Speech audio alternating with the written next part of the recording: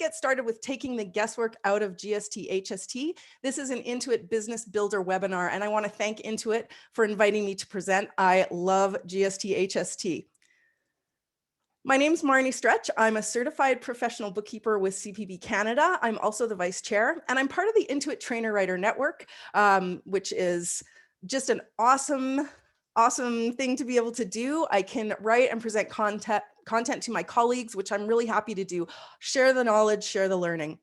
A few fun facts. I have a background in media production, and I can marry you if you're a couple wanting to get married in Alberta. I love kayaking when I can, travel, dance, especially disco, et j'apprends à parler français. So that's a bit about me. Now we're using Zoom today, and we have two different ways to engage. So the chat panel, which I'm going to invite you to pop into the chat panel at certain times, and then I'll be looking at the chat panel. But ordinarily, I'm not really looking at chat or Q&A. And as for Q&A, please ask questions for me about GST, HST, but I would ask that you hold them until the end of the webinar. We're just covering so much content that it may be that you ask a question and I cover it 15 minutes later. So maybe if you could hold questions until the end, and then let's use chat throughout, and I'll be popping in there from time to time. Now, I'd love you to use the chat panel right now. I'm just going to switch it to my other monitor because it kind of jumped over here. So let me just get myself organized and open up chat, which is great. Okay, so what I'd love for you to do is tell me in the chat panel where you're from, and if you're an accountant, a bookkeeper, or a business owner. And then if anybody recognizes the line across the top, bonus points for that. I'll give you CPD credit if you recognize the reference. All right, so I see bookkeeper, business owner, a financial controller. Wow, there's hundreds of people on the call today, by the way, which is super exciting. So St. Albert, hello, that's where I am as well. I'm in St. Albert. I have my own practice called Accounting Loft. I have been working with QuickBooks for since the early 90s. I love QuickBooks, all things QuickBooks, especially payroll and GST. This is fabulous. Does anybody notice the top line? Maybe I'm older than you all. Come on and zoom. Anyway, that is from a 70s show called Zoom. It was on PBS. It was one of my favorites. I'm probably dating myself. Okay, let's move right along. Oh, okay, there are attendance goodies. So everybody actually gets 1 CPD credit for attending. There's a really good white paper that you'll also receive, as well as a link to the recording. So watch for an email after the webinar. It's typically 48 to 72 hours. So it's not right away. There's nothing to download right now, but you will get a follow-up email. Okay, so our agenda is jam-packed today, and recognizing and appreciating the fact that we're all at different places in our journey. So some business owners may not have used the sales tax module, and I recognize some of my friends on the webinar. You guys are sales tax pros, so you're looking for a few extra bits of information. So you can appreciate the fact we have a ton of content. I'll do the best I can.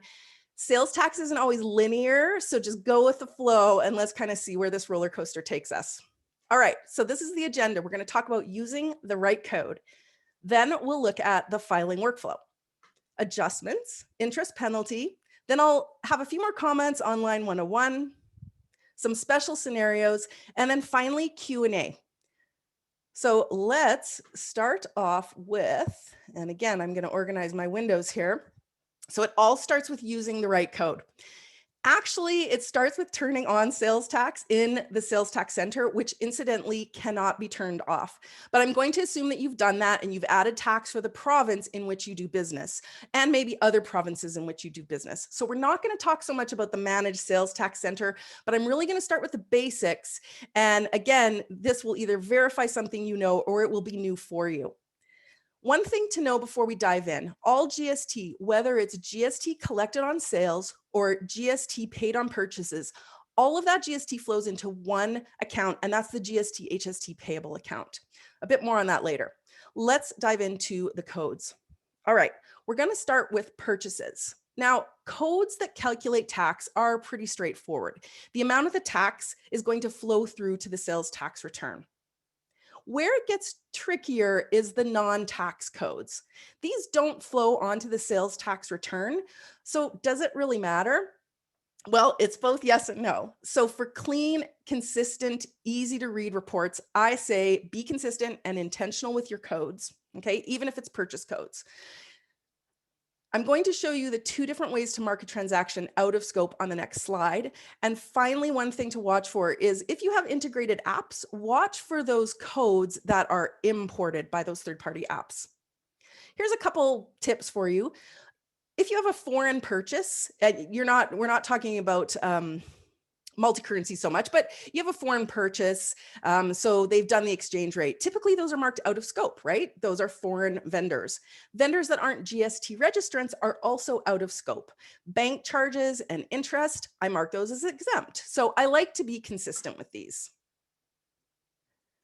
Now let's take a look at the two different ways to mark something as out of scope. There is the sales tax code column. There's also a way to mark the transaction as out of scope that we see here in the upper right-hand corner.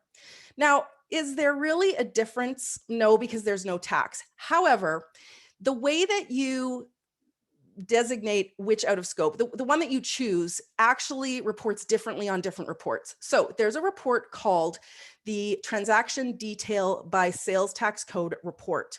It's a pre-built report in QuickBooks. If you mark the entire transaction out of scope, it will not appear on that report. Okay, so for that reason, I try to use the out of scope here quite sparingly. I usually stick to using the sales tax code column. And here, what I might use this for is a loan to shareholder transaction or something that's only on the balance sheet, right? It's a transfer. Those kinds of things can be marked out of scope at the transaction level. Everything else, I would use this sales tax column. And that's, again, because of how it appears on reports. And I'm going to show you a customized report a little bit later that I always run before I file my sales tax. All right, let's switch gears to making a sale, which is definitely more complex. Now here, it starts with charging your customer sales tax correctly, of course, right? So you want to make sure that you're assessing them the correct amount of sales tax. If you're not charging tax, does it matter if you choose zero rated, exempt, or out of scope? With purchases, it wasn't so important, right? Because it's not flowing through the sales tax return, but it definitely matters with your customers. Now, I'm not going to go into the CRA rules about which code to use. They're complicated, but my mission here is to make sure that you know the consequences of each code in QuickBooks Online. Here again, you can mark the entire transaction out of scope, or you can mark it with the sales tax code. And you want to, again, here, double check codes imported by your third-party apps. All right, let's look at a Line 101 cheat sheet. This is going to help solve a lot of the issues when people are on social media and saying, you know, things aren't tying out. What have I done wrong? This is going to be a really important thing for everybody to know. So, did you use a sales tax code that triggers sales tax? That could be your G tax code, your H in a GST, HST province. That is going to be included on Line 101. Makes sense, right? It's triggering tax. Now, what if you chose exempt or zero rated sales tax code? Well, even though there's no tax on that, it does get included on Line 101, which means you're reporting those sales to the CRA as part of Line 101. Now, did you choose the out of scope sales tax code or the dropdown? Did you mark the entire transaction out of scope? Then it's not included on Line 101. So the only way we keep something off of Line 101 is to use the out of scope sales tax code. So this is a great cheat sheet. If you want to screenshot it, you absolutely can. Of course, you can watch the recording afterwards as well. Now, here's a tip. What you want to do if you're separating out your zero rated and exempt sales, which a lot of us do on our sales tax return, there is a place to do it when you go to file your GST HST return that you can actually designate your zero rated and exempt sales. Well, where do you find those, right? You go to the taxable sales summary report, and I'm going to show you where to find that in just a minute. All right, this is also really important and something that's not always so obvious. It's a transaction cheat sheet, and I'm going to go in product if I can here to show you this as well. So purchase forms like a bill, a check, and expense lets you choose purchase sales tax codes. Okay, so just work with me here for a second. Sales forms are going to let you choose sales tax codes. So we've got purchase sales tax codes and sales tax codes. Deposits and journal entries are actually going to let you choose from the full array of sales tax codes. So here you have to be quite careful when you pick one. Here's an example for you. If you've got a bank feed set up and you're paying bank fees, let's just say it's $100 for your bank fee. And when you see that in the bank feed, you code it. And because it's money out, it's a purchase form. QuickBooks knows to use exempt on purchases. Now, let's say the bank refunds that for you.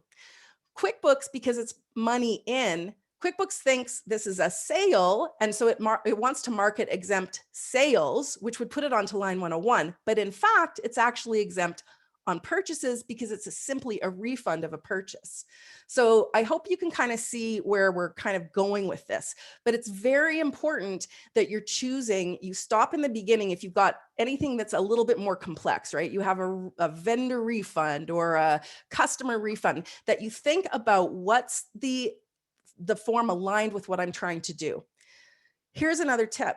Never use a check or expense to refund a customer, even though you can. That's a perfectly allowable way to do it. But you don't want to do that because we're talking about money out. We're talking about using a money out transaction when we're dealing with a sale or customer. So we want to use a sales form. In this case, it would be a refund receipt. So hopefully you can see where I'm going with this. If you did write a check to refund your customer, it's going to show up. It's going to show up on the wrong taxable sales summary. It's going to show up wrong on the taxable sales summary. It's going to show as GST on purchase ITCs, not GST on sales. So even though the bottom line is correct of what you owe, it gets scrambled in your actual return. Okay, let's move on to the filing workflow. And rather than going straight to preparing the return, there are a few things that we can do first to ensure accuracy. All right, I know that this looks overwhelming, but this is what I do every time I have a GST HST return to do. There's a newer report that I mentioned. Oh, you know what? I'm going to jump into I wanted to show you something first, so bear with me here. I actually want to show you the three forms before we go on. So let's start with an expense. This will actually make it so obvious, right? Notice in the sales tax column, I have exempt, zero rated, out of scope, et cetera, et cetera. So we're concentrating on what we're seeing after the word, exempt, zero, et cetera. Okay, now let's go in another window to, I'm going to duplicate this first. Let's go to a sale. So we'll do an invoice. So we've looked at an expense and now we're looking at an invoice, and in sales tax, you can see here, oh, it's also exempt, zero rated, out of scope. So same thing, and you wouldn't really know the difference, but this is exempt on sales. Even though it's not visible, it's implied, right? It's understood that this sales tax code you're using is a sales tax code. Now, look at a journal entry or a bank deposit because you can choose both. So now check out the sales tax column. Do you see how it says exempt sales, exempt purchases, zero rated sales, purchases? So this is assumed that if you're on a money out sales form, that this really should say exempt sales. Okay, so you have to have that understanding of the transaction form. So I'm sorry I didn't show you that earlier. All right. What we're going to do now is we're going to look at the filing workflow. So I'm going to go into taxes to begin that process. But again, what I like to do is start with a report. Now, as I mentioned, if you go into your reports section, there is a report called Transaction Detail by Tax Code. This is a really great report. I'm going to show it to you for this year to date. It shows you in sections how you've marked your transactions. Now, this can serve a number of purposes, but for a review, I don't find it the easiest. So I like to prepare a different report. Let's go back to the slide, and here are instructions to prepare that report. Really, it's just a profit and loss detail with the tax code column added. That's all it is. What I like to do is remove some of the columns because it's like too wide on the page. So this is basically how to do it. You're going to run a profit and loss detail, click customize, click rows and columns, click change columns, remove the split and balance, add the tax code, click run report, filter for your dates, and then save the customization. You'll have it every time you sit down to do your GST HST return. Typically, that's going to be quarterly. Lots of people do it monthly, and then we have those annual filers as well. You can also perform this sales tax code review on your balance sheet reports. So that you can definitely keep that in mind. Some people purchase a lot of inventory, fixed assets. You might even have a lot of owner's draw activity where you want to make sure that it is marked out of scope, right? You don't want to make sure you've got tax flowing into anything for the owner or loan to shareholder. So those are all accounts that you can review before you file. Here's a pro tip for you. Accountant users only. So if you're a business owner, you won't see this, but if you're working with an accountant, they have the ability to do this. You can actually reclassify tax codes. This is a very nice feature. It preserves the amount of the transaction. So for example, if you mark something as exempt, and then you change the tax code to G, the total stays preserved. And then, for example, $10, right?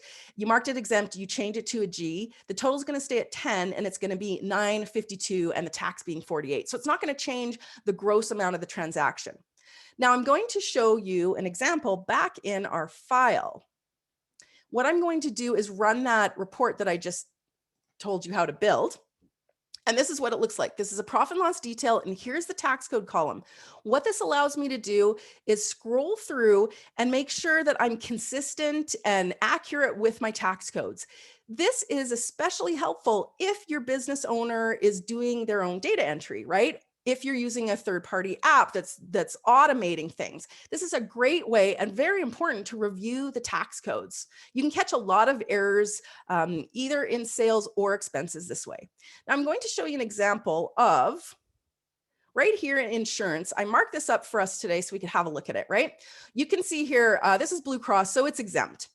I've marked one exempt, one zero rated, one out of scope, and look at this one that's blank. So remember, if you choose to mark the entire transaction out of scope of tax, that is how it's going to appear on this report. It's going to appear blank. Now, remember I talked about that transaction detail report? Let's take a look at it by tax code. I'm going to do the same date range, which is this year to date.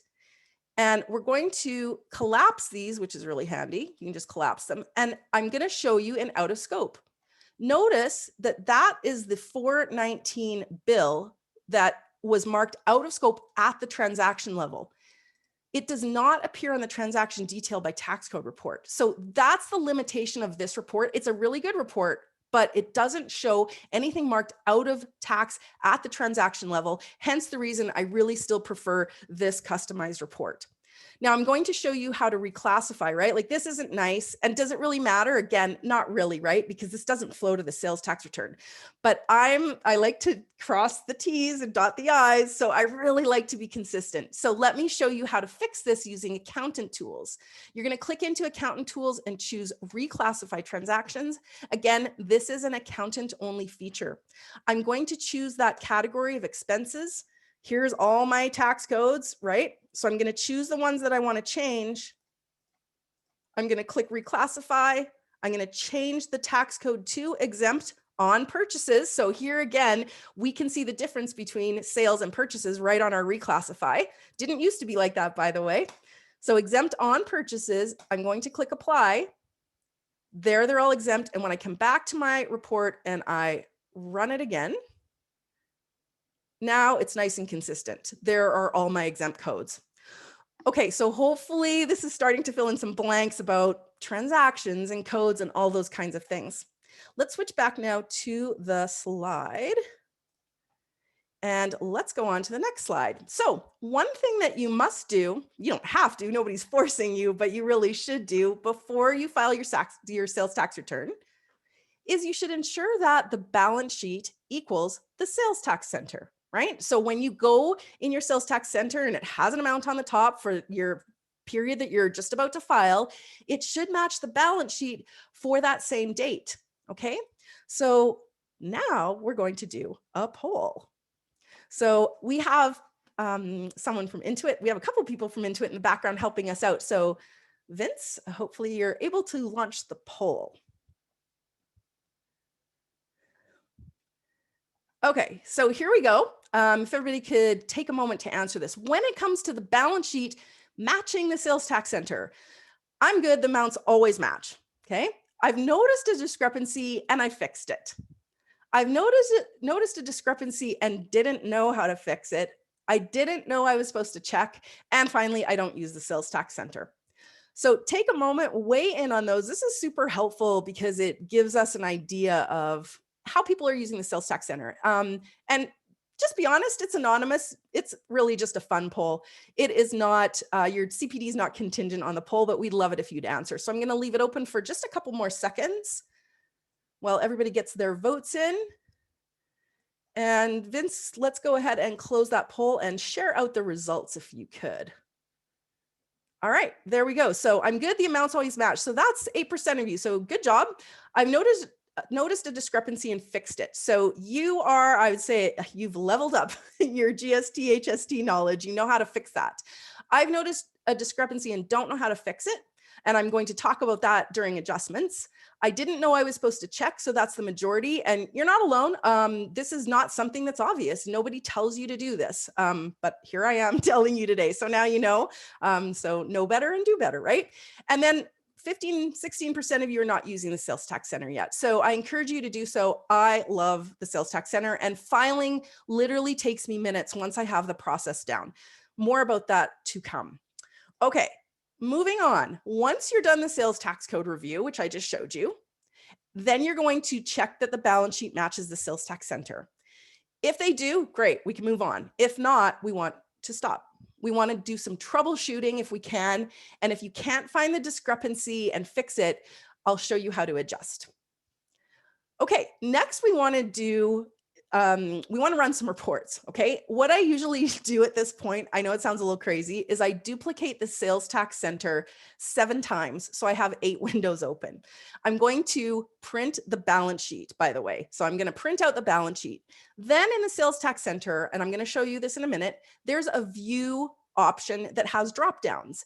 And I'm going to run those 3 reports. It's the taxable sales summary, which remember that breaks out your exempt and 0 rated sales so that you can report that to the CRA on lines 90 and 91. Those don't appear to you, by the way, until you say that you have exempt or 0 rated sales to report.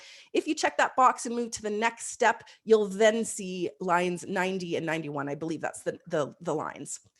Then you'll run the transactions without sales tax. And a tip for that one, I like to sort it by type, and then I can have a look through and see everything that has no sales tax. Then the profit and loss. So those are the next 3 reports. Then under prepare return, there's yet another drop down, and it's kind of hiding. You might not have seen it.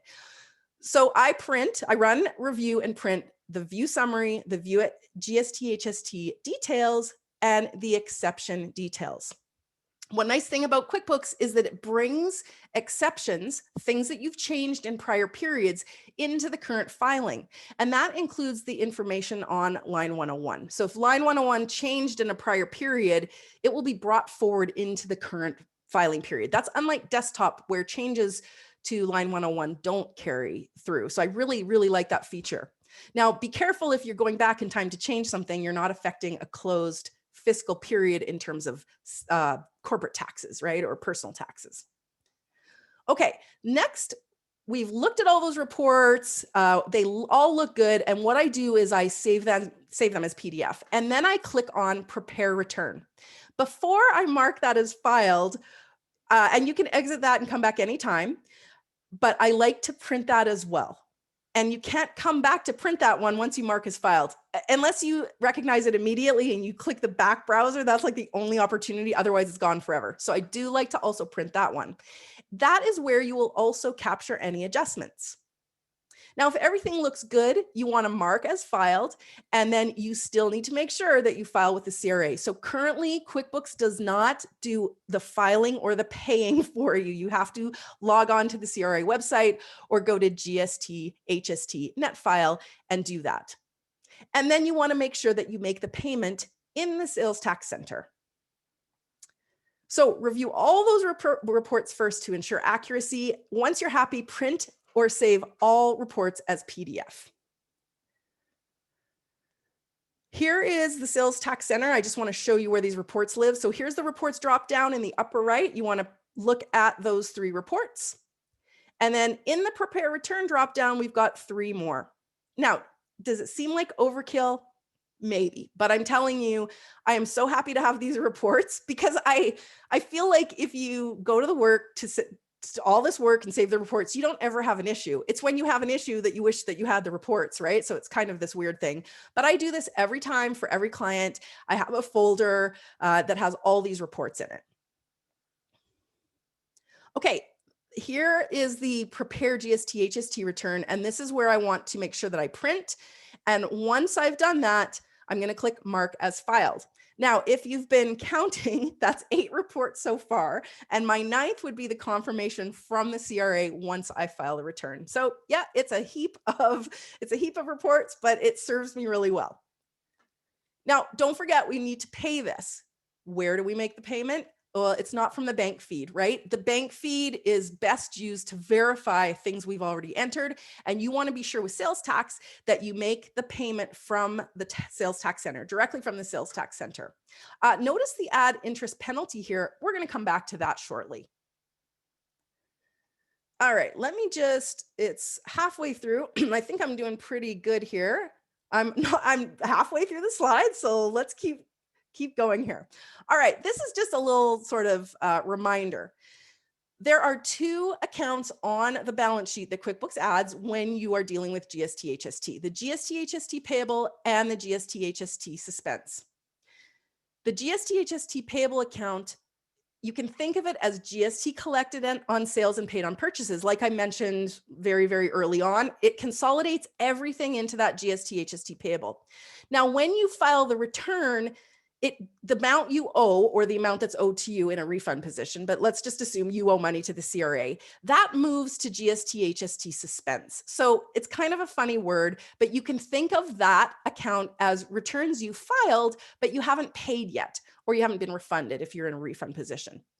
So then when you file the return, the money you owe or owes goes to the GST suspense. And then when you enter a payment or receive a refund, the GST HST suspense account should go back to 0, provided you're not getting fancy with any other entries and using that account. Now, interest penalty does post to the suspense account, but it washes itself out too if you follow the right process. So this is just kind of like another kind of cheat sheet, is how to regard these accounts, because they can be confusing. The word suspense is a little bit odd. It should almost say clearing or something like that. And that's really what it is. It's kind of a bit of a clearing account.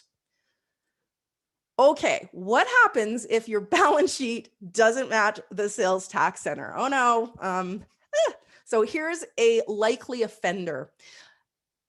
Many eons ago, not that long ago, but it was the case that that you couldn't post directly to the GST HST payable account on a journal entry because it would not flow through to the sales tax center. Okay, that was the case for a while. Then they made an improvement. But you might have an old set of books where you hadn't assigned a tax code. Let me show you what I mean. When you're posting directly to the GST HST payable account on a journal entry, you must choose something in the sales tax dropdown. This didn't used to be an option, like I said, and that was probably, it's got to be like 3+ years ago now. But if you ever posted directly to this, it was a problem because it didn't flow through. It does now, provided that you choose something in the sales tax column. So always choose something in the sales tax column to have it show up in the sales tax center, okay? Notice here that this isn't like exempt on purchases, exempt on sales. This is actually the line where it's going to post on your GST HST return, right? So if it's in input tax credit, it would be line 106. If it's GST on sales, it would be line 103. So choose accordingly. Now, here's another odd scenario. With the sales tax center, you want to make sure that before you click mark as filed, you're sure, because this is not something you there's some things in QuickBooks, an expense, a bill payment, you can delete those and no harm, right? With a sales tax filing, it can be tricky if you undo. So I try never to undo if possible. It's not something that should be used lightly. You may even want to reach out to a pro advisor or to support if you're considering undoing, because sometimes it can cause some issues. And there is a scenario where, and it's a date thing, but if you undo a filing that had exceptions, and this is why it's important to always run that GST HST exceptions report and have it on hand, because sometimes those exceptions get dropped and then your sales tax center and your balance sheet are out of alignment again. So this can happen. So that's why I've put it here. For those of you that are using undo, you sort of have to be careful with that because it can cause an issue. There's a bunch of little like edge case anomaly things that can throw off the balance sheet. I've seen some very strange things that seem to have happened to nobody else. But if you run into that trouble, you want to troubleshoot as much as you can when the balance sheet doesn't match the sales tax center. You can investigate the GST HST payable account, right? Go into it from the balance sheet, double click, look at everything there and see if you can find maybe a dollar amount, maybe an odd transaction. You can also investigate the audit trail. We found a really obscure example about multi-currency where I think it was a US customer that was charged and then it got changed to Canadian and it threw it off. It was way back when, but we found it by investigating the audit trail. And then finally, review those previous exception reports. So that's why it's so important to go to all the trouble of saving all of those 8 reports, right? All right, what else can I tell you here? Here's one I don't have a slide for and I can't demo, but I'm going to mention it anyway. For those of you that know this tip, there's a way where if you've got a bill entered, okay, and you really should be following the workflow. Bill is entered, you should be doing a bill payment, but somebody's entered an expense, right? So now you've got the bill and the expense, it's doubled up. There's a way in QuickBooks where you can magically transform the expense into a bill payment. Some of you will be familiar with what I'm talking about. You can use that as long as it's not in a filed GST HST period, because that will throw off the balance sheet and the sales tax center, because you're not actually deleting a transaction, you're magically transforming. So if you have that scenario where you want to transform an expense into a bill payment in a filed period, it's better. The best way to handle this, delete the expense and create a proper bill payment. That's the best way to do it. So you have to be careful with that one little very cool hack that happens to have an asterisk next to it. Don't use that if you're dealing with it in a filed period. Okay, so if you're needing to do adjustments, let me talk to you a little bit about that. Let's just say you've run through all the troubleshooting steps, you can't find it, and it's not a huge amount, okay? If this is a material amount, I think you need to dig in and really get to the bottom of what's going on. But let's just say it's, I don't know, $10. Balance sheet is off, the sales tax center doesn't match. Typically, we're going to assume that the balance sheet, the GST HST payable account is correct. If we've been doing all our data entry correctly, there's no reason to think that amount is not correct. So it's typically the sales tax center that things just don't flow to. So what you can do is you can click adjust, and I'll show you where in just a second. It's on the prepare return. You can put in an adjustment and it doesn't change your balance sheet. It just aligns the sales tax center with your balance sheet, right? So it's not an entry that's posting to your financials. It's just a way of getting the sales tax center aligned with your balance sheet. Now, for those of you that are going back and doing cleanup, and let's just say you're doing 4 quarters, and every one of those quarters, the actual filing with the CRA doesn't match what you're now showing in QBO. What you can actually do is use the adjust to force it into alignment with with what was filed, right? So if you're seeing 100 of ITCs and they reported 150, you can do an adjustment to align it with what was filed. But in this case, you then want to reverse the adjustment because you're getting it kind of out of alignment with QBO, but in alignment with what was filed. Then you want to get it back in alignment with the truth of what the numbers are, right? So if the filing doesn't match the sales tax center, you're going to adjust and then you're going to reverse. You can also use the adjustments for provinces that have PST commissions. And we really don't talk about PST because there's just simply not enough time. When you adjust, it posts to the GST HST payable account and another account of your choosing. If you're simply trying to align them, you want to choose the same GST HST payable account. It's going to be an in and out of the GST HST payable. So again, it doesn't affect your financials, but it corrects the sales tax center. Here we're looking at where you prepare the return. Here is where exceptions will post if you've got any, and here is where you want to click to adjust. So if you're adjusting your input tax credits, let's just say they reported 700, right? We can click adjust, we can change that amount, then we can reverse it if need be. So this is where you can launch the adjustments. You can also use a journal entry to do your adjustments now that we can choose a line on the sales tax form, right? Remember I showed you the journal entry where we can choose from any one of those codes. You can also adjust that way. Up to you which way you want to do it. Let's talk interest penalty. They have made this so much easier than it used to be. Here we are in the sales tax center, and you'll notice the interest penalty. Let's say you're working with a delinquent account and you want to enter like a whole bunch of different interest penalties that nobody has ever captured. You're looking in the CRA account and you see them all. You can use this to enter any interest penalty. And what happens is you get this window. You're going to choose the assessment date. I like to usually tie that to the CRA unless you forgot to do this and it's in a closed fiscal period, then you'll have to date it in the current period. Your adjustment account, very important. This does post to the GST HST suspense account. So this is going to increase it's going to increase rather your GST HST suspense because it's something that needs to be paid, right? And then you're going to put your amount. Now, when you add them like that, they're going to show up on the top of your sales tax as interest penalty. And then you can select them to pay by going to record payment. And what will appear is anything due, your outstanding tax payments, as well as any of the interest penalties that you've entered. So it could be 1, it could be 20, right? So it all appears when you go to make that sales tax payment. You can also add interest penalty when you're making a payment. So this is just a bit of a different way to do it, but look for the add interest penalty. Again, the window pops out, the date, the adjustment account are chosen as well as the amount. And then you'll see it just like the previous screen here, it will be on the bottom. Okay, so a couple different ways to get there. Okay, let's see how I'm doing. Not too bad.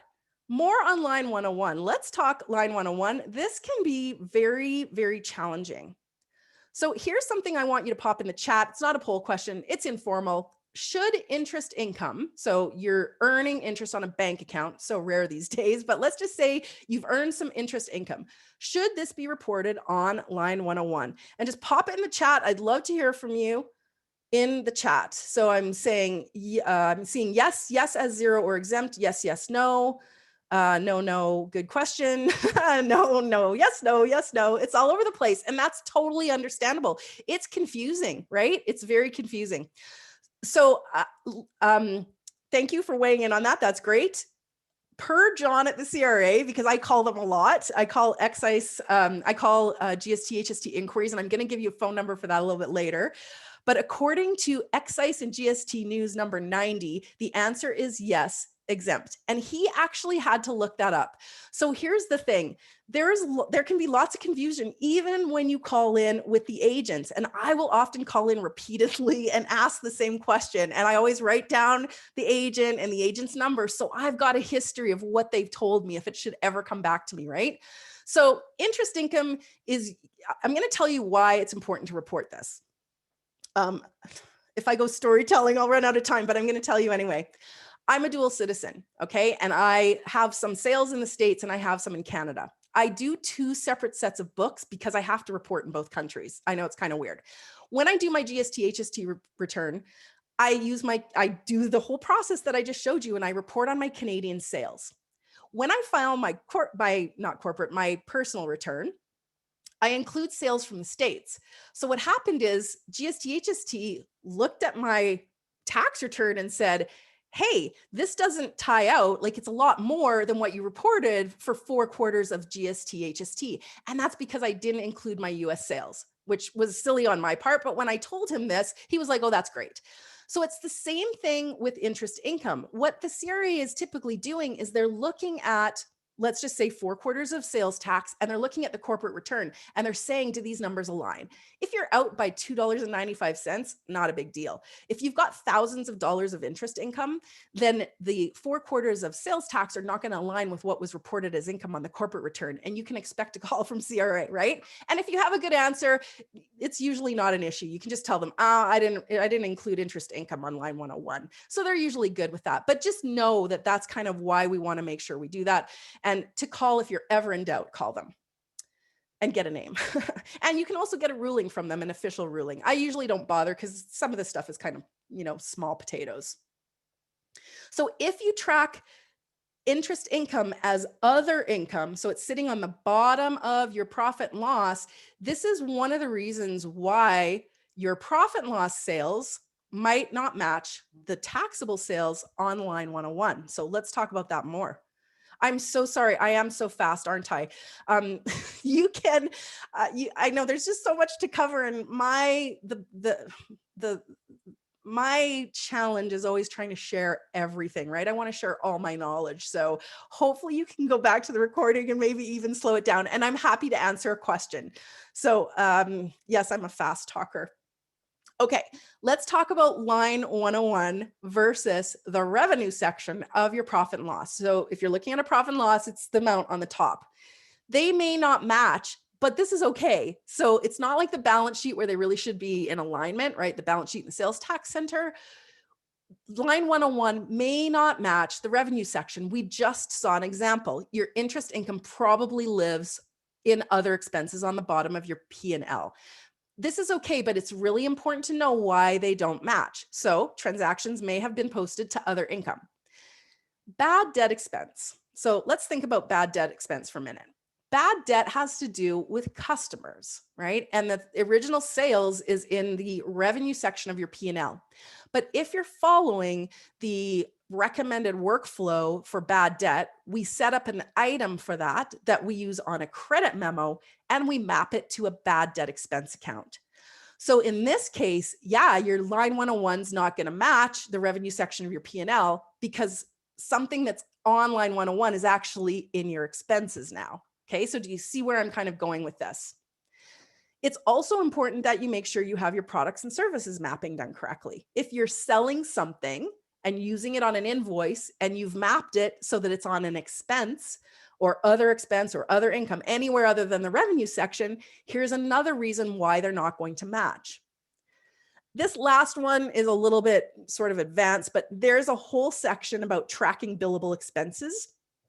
If you don't select to track it as income, if you track it back to the expense account, it's kind of the same idea as bad debt. So those revenue items get lost in the expense section of your P&L, and you'll never be able to understand why line 101 does not match the revenue section.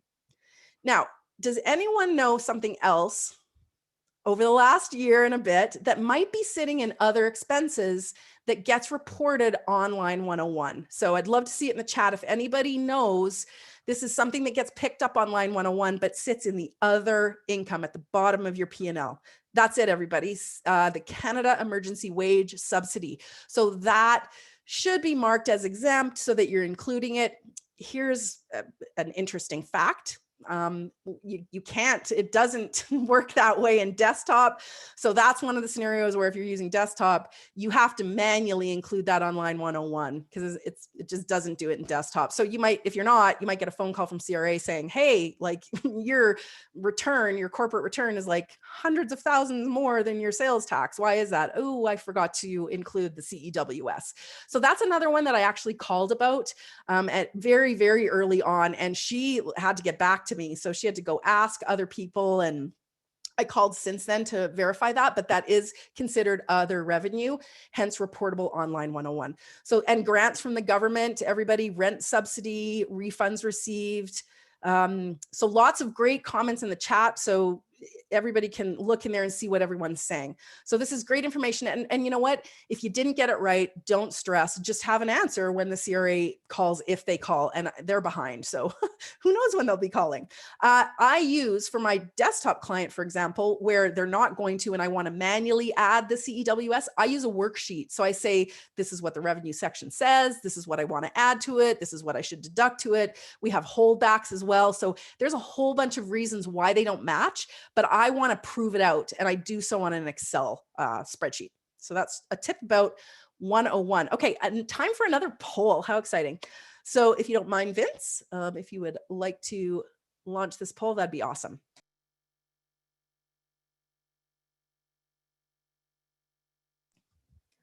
Okay, so when it comes to tying line 10 out to the revenue section of the profit and loss, this is very similar to the last poll. The amounts always match, the amounts don't match, and I know exactly why.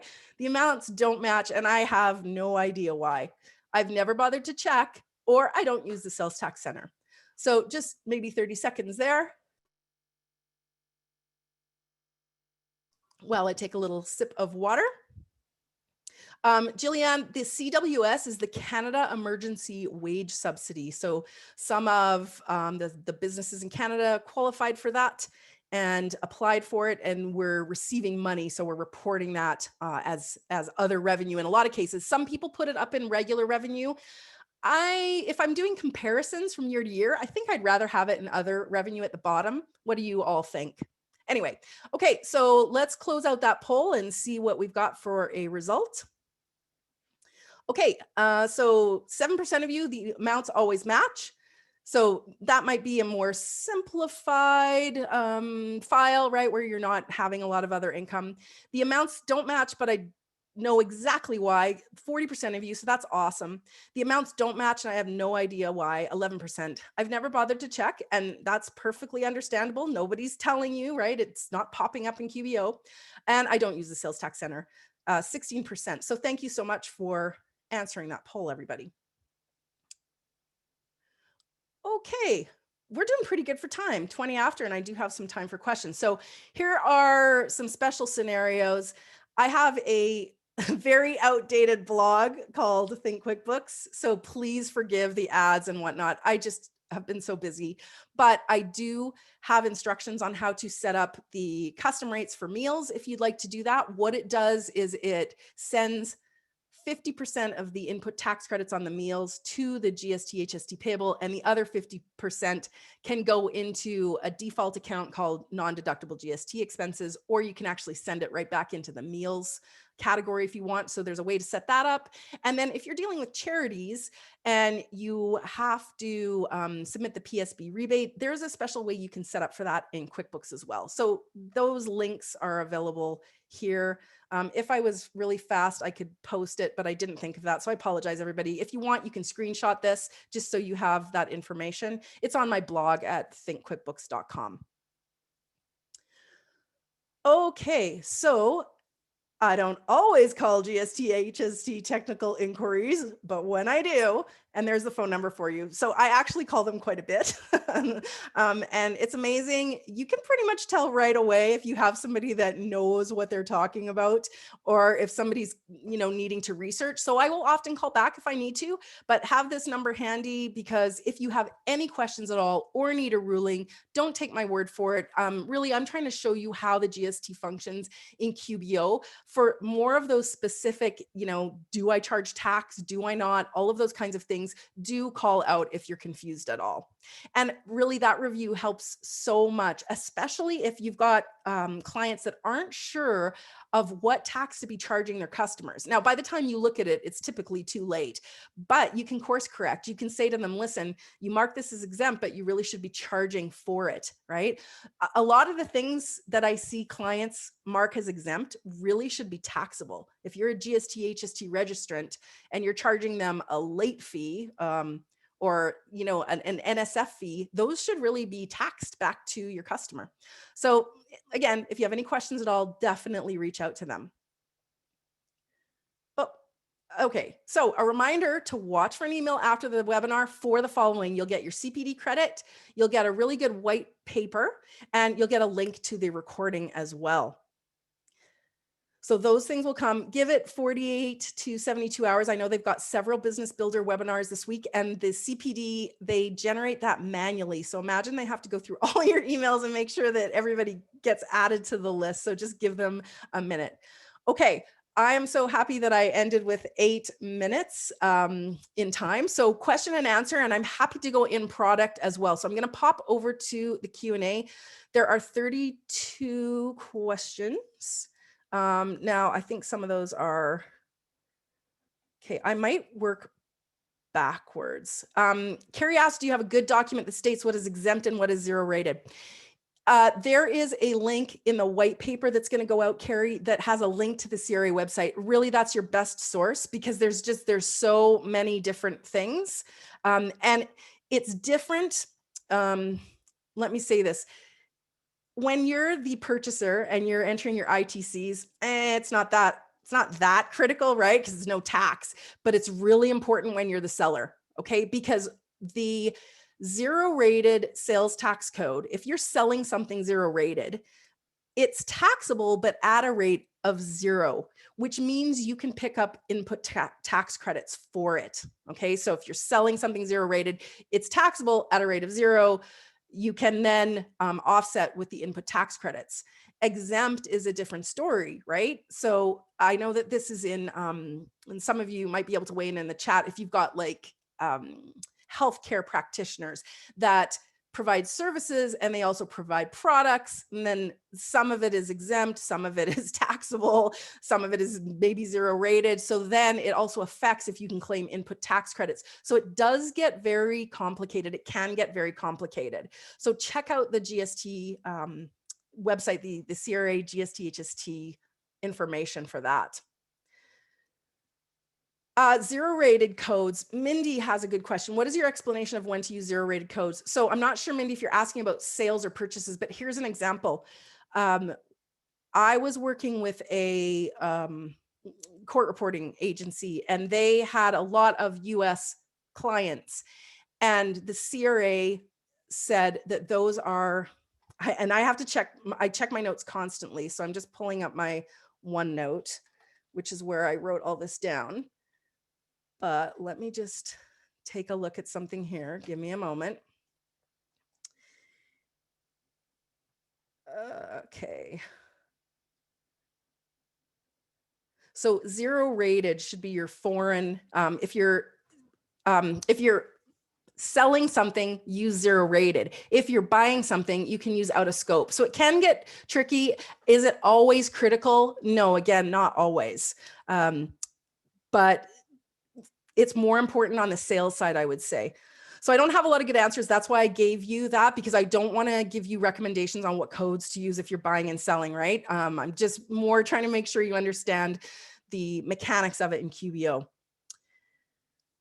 Kathy, how do you review the audit log? You know, Kathy, I just use that if you're doing troubleshooting and you're out by a certain dollar amount, you can search it, or sometimes you can find things residing in the audit log. That's really if you're digging deep for troubleshooting issues between the balance sheet and sales tax.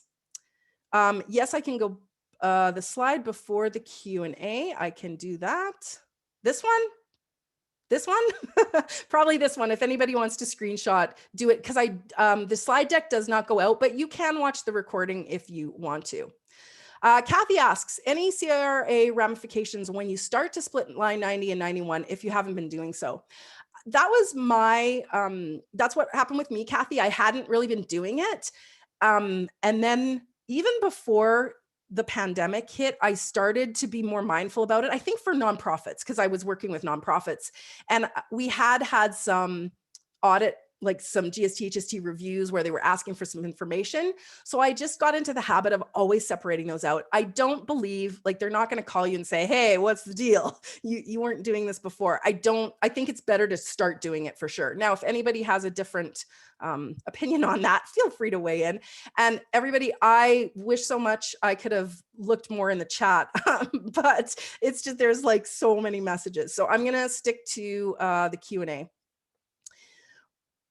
Shushma asks, how do you record the refund? So when you're in QuickBooks, you're going to do all of those activities right from the sales tax center. So if you were in a refund position, and I'm not in any of these, but it would have a negative. So let's just say this 409.51 was actually a negative.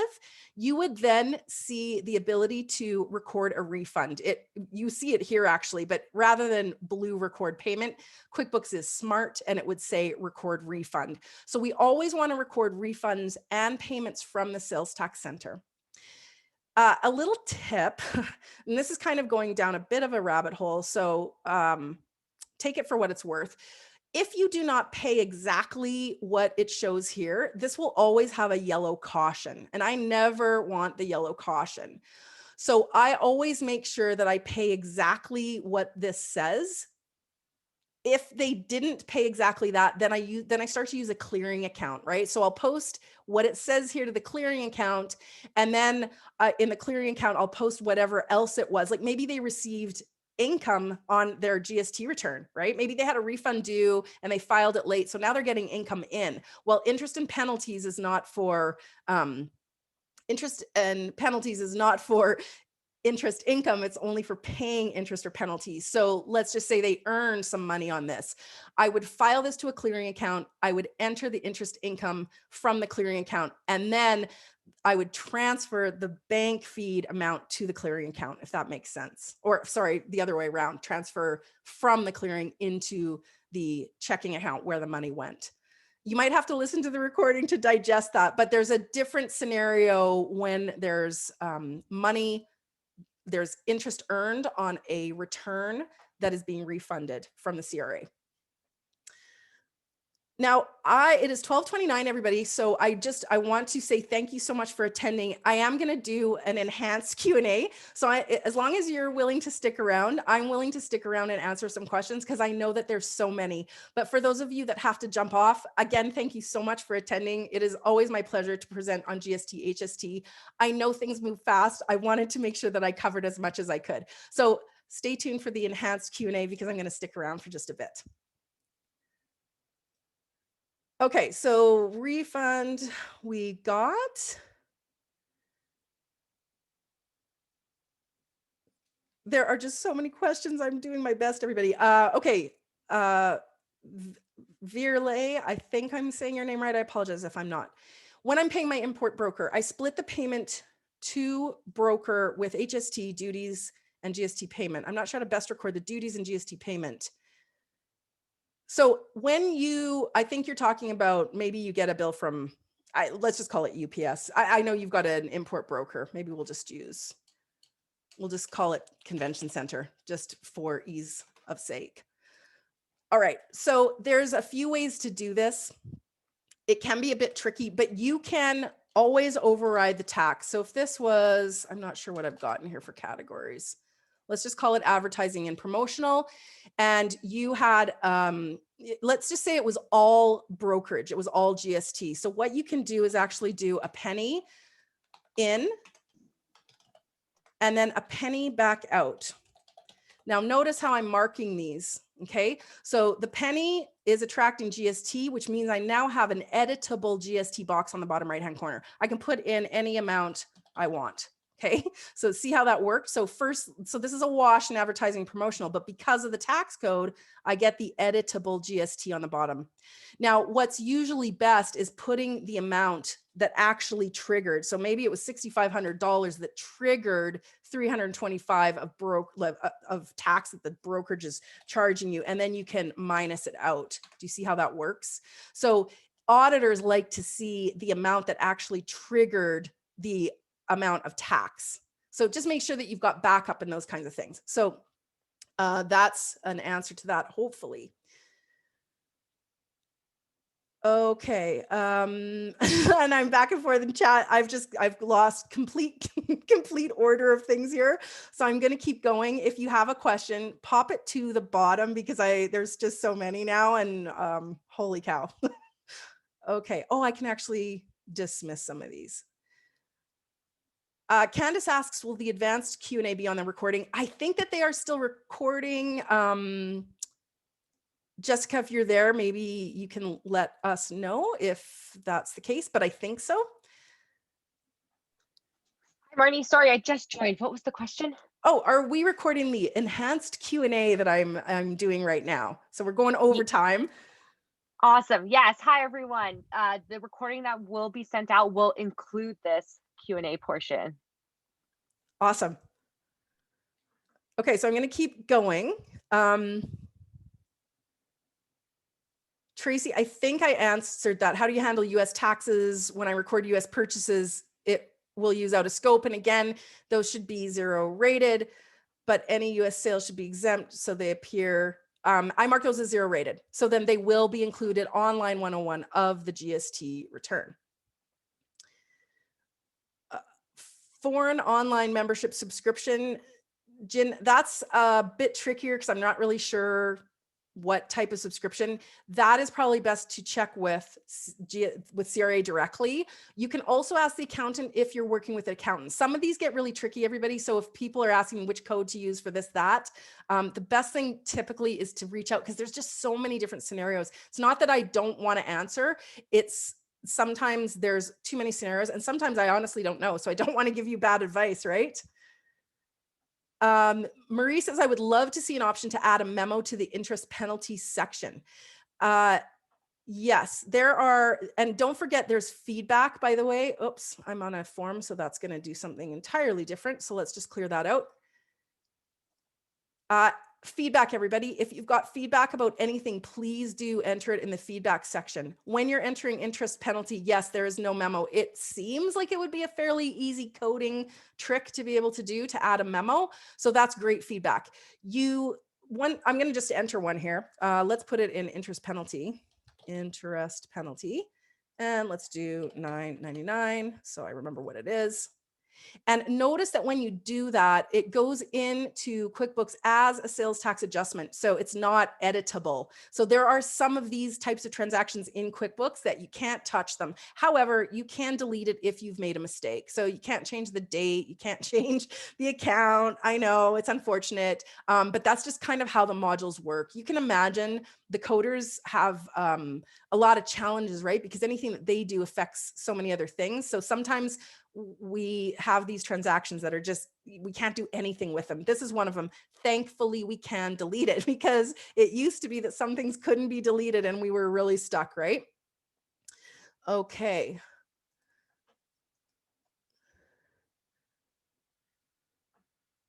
So wage subsidies on line 101, Kelly, this probably got answered, but those should be marked as exempt so that they carry through to line 101. Tracy, check out the GST HST rebate setup link. That's a really nice way to do it. Here's my strong recommendation, and I forgot to mention this. If you are setting up any special scenarios, special tax codes, you've got liquor and hotel, those kinds of things, group rates, always try it out in the sample company file first, because if we started to talk about the managed sales tax, that is one of the places where if you start adding codes and groups and all of those kinds of things, your hands are tied because they're not changeable, editable, any of that. So you must be very, very careful when you're starting to work with additional rates, custom groups. Try it out in the sample company first. That's the best advice I can give you for any of those. Okay.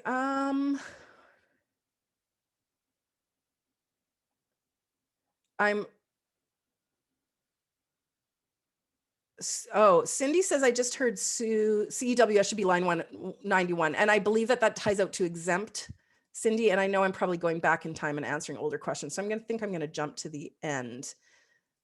And let's just see if there's anything else. Brenda asks, could you please review the exception report? What happens when you hit adjust? Does it affect numbers on the filing? It does. Now, there's exceptions and there's adjustments. Now, I don't currently have any exceptions in this file. Let's just go to exception details. And you'll notice that this will probably come up blank. And now it's not wanting to behave. So let me just reload this and see if we can pull that up. So back in the sales tax center, and I'm going to go to my exception details, and this is blank, right? So if you've made a change to previously filed period, your exceptions will show up here.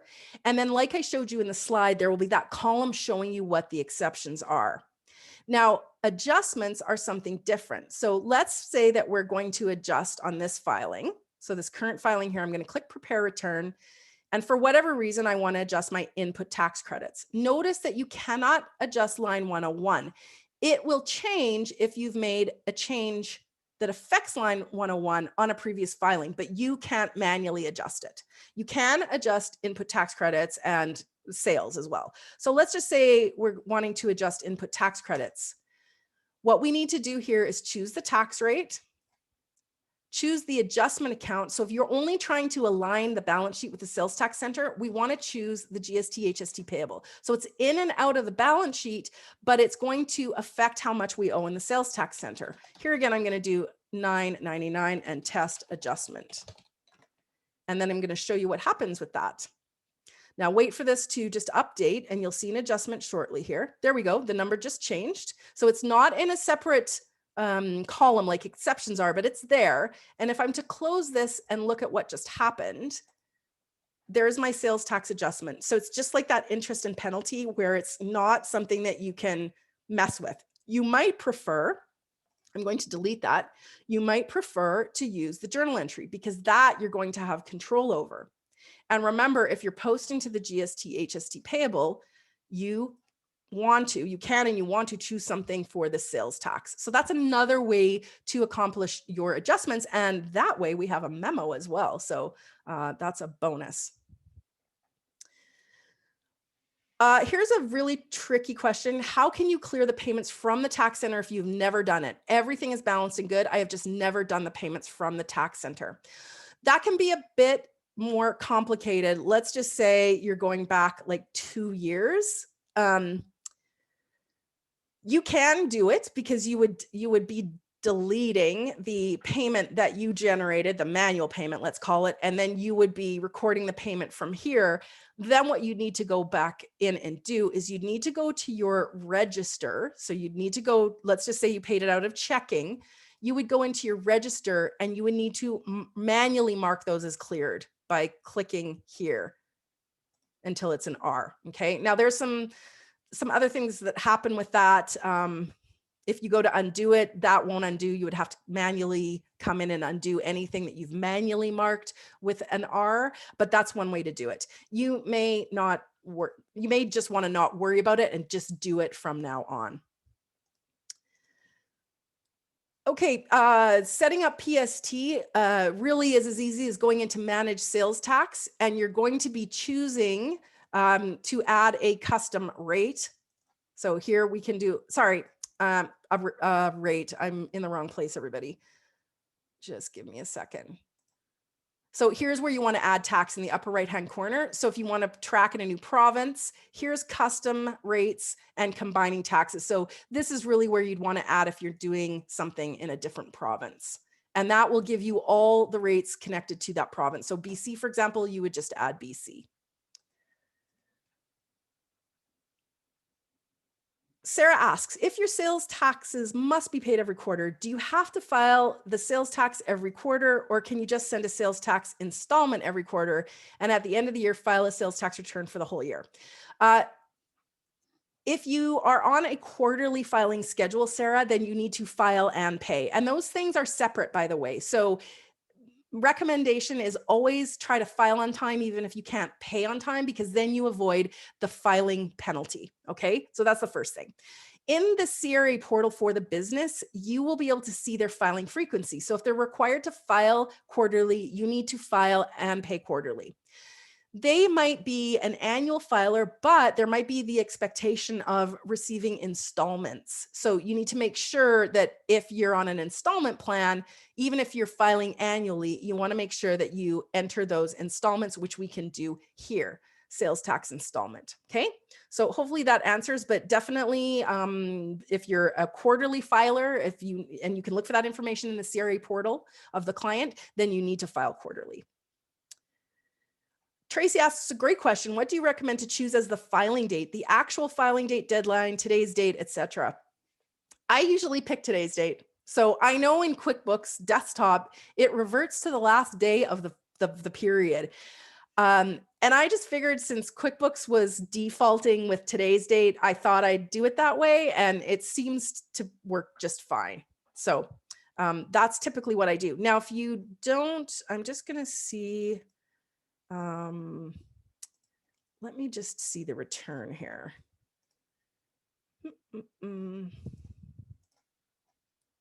I'm not sure if I can find it quickly, but let me try.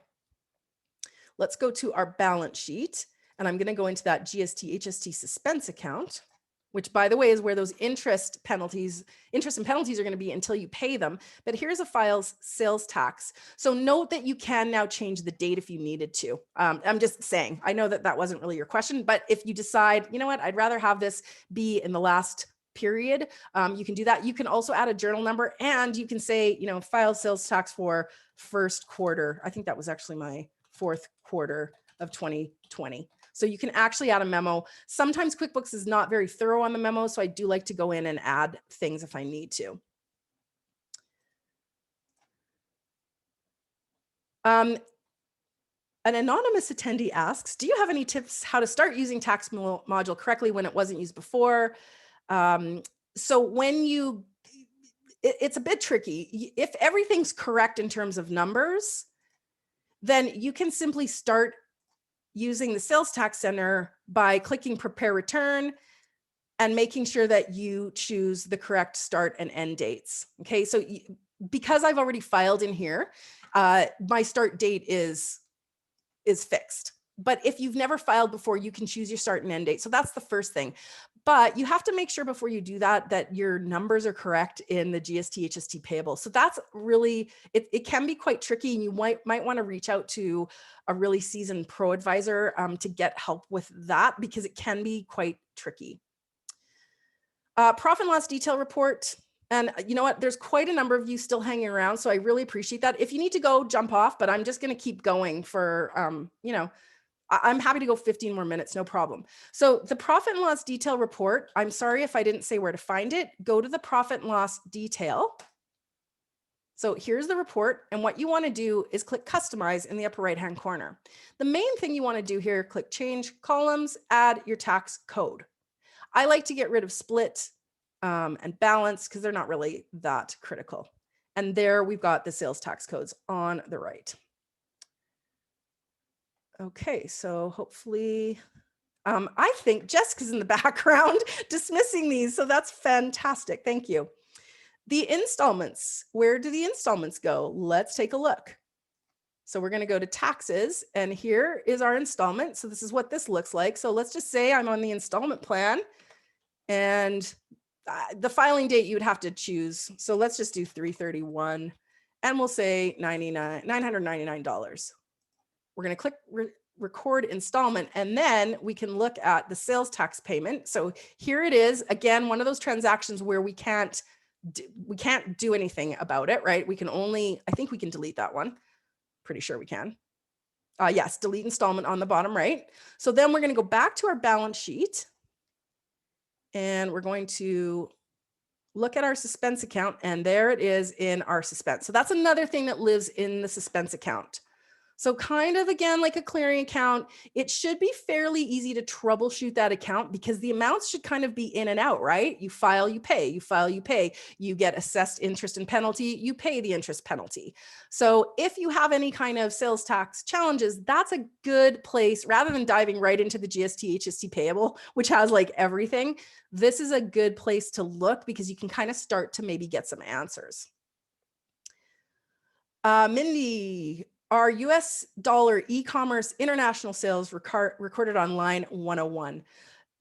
So e-commerce can get confusing because when you start to sell into different provinces or states or countries, now we're starting to deal with, do you have in the States, for example, do you have nexus in that state? Meaning, do you need to charge sales tax to the customers? So that can get super, super complicated.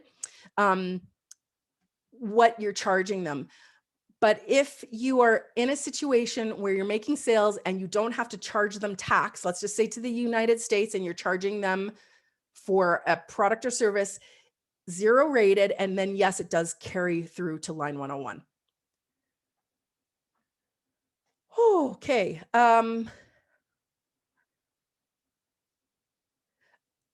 Tammy says how to record a refund from corporate transferred to GST payable. You can use a clearing account. I'm just trying to think. The amount that if you filed in QuickBooks, the amount that you owe or are owed is in your GST HST suspense account, like we're looking at right now. So you would simply transfer from your corporate tax account to this GST HST suspense account, because that's basically a payment that's being made, right? So the suspense account is things that have been filed but haven't been paid, or so if something else is paying it, then that would be the offset account.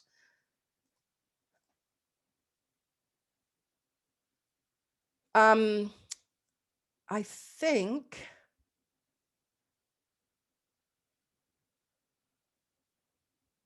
so. Some of these I might have answered everybody because I'm kind of going all over the place here. So Cindy has asked, how do you deal with the PSB for registrants who collect GST and remit 60 and 50? So using that link, first of all, when you're dealing with nonprofit, most everything is going to qualify for the PSB rebate, but there are certain things like fixed assets that is regular input tax credits. So you have to, first of all, know the difference. So we go to the CRA website to understand the difference there, because it can be tricky, right? Fixed assets is an obvious one. But if you've got the PSB rebate set up as I outline it, then you'll be able to choose which codes go on your purchases. Setting up PST again is just going into the managed sales tax and adding for the province. Tanya, I think if you're still on, I think I answered that. Yes, you 0 rated. And I actually called GST HST inquiries about that because we had been doing it wrong. I think we had been doing, I don't remember if we'd been doing out of scope or exempt. This was quite some time ago, but I did call them and ask them. 0 rated was the one.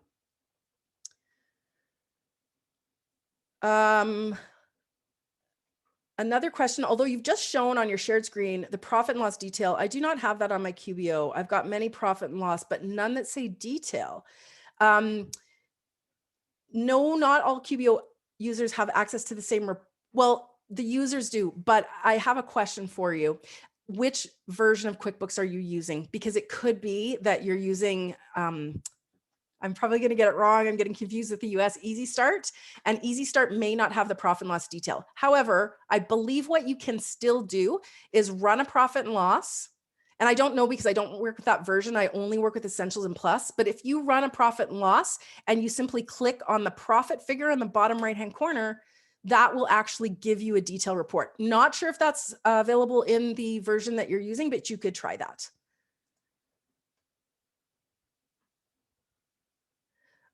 For import and export companies, should we just use out of scope for sales so that it will not trigger CRA audit?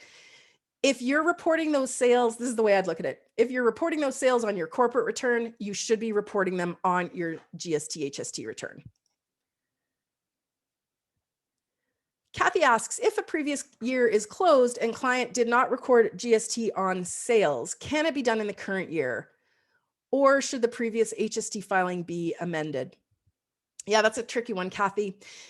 If you if you go back and make those well, first of all, you don't want to do it if the fiscal year is closed, of course, right? But let's just say it's still open but closed for sales tax, then you could go and change those invoices just to include tax, and then it would flow through to the exceptions on both line 101 and your GST on sales.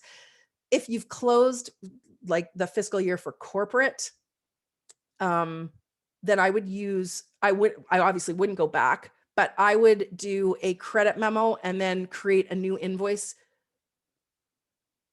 Except that you're not going back. You know what? My answer depends on whether you're going back to the client or not, to the client's customer, because my guess is you're just eating it, right? So then you could do a credit memo and then an invoice where you back out the taxes so that your client has to eat the taxes, but then it's cleaned up in the current period. That's just kind of off the top of my head. Tracy asks a great question. I've had many disagreements with accountants on the bad debt. Is it supposed to go against the GST sales on the return? It reduces the revenue amount as well, does it not? Or should it be going against ITCs? It should be going against sales. And in fact, that's the only, if you use the way that we set it up in QuickBooks, the best practice where you go to your products and services and you're adding a bad debt. So let's just call this, oh, I should have done a service. We're going to call this bad debt. I'm just going to do this quickly.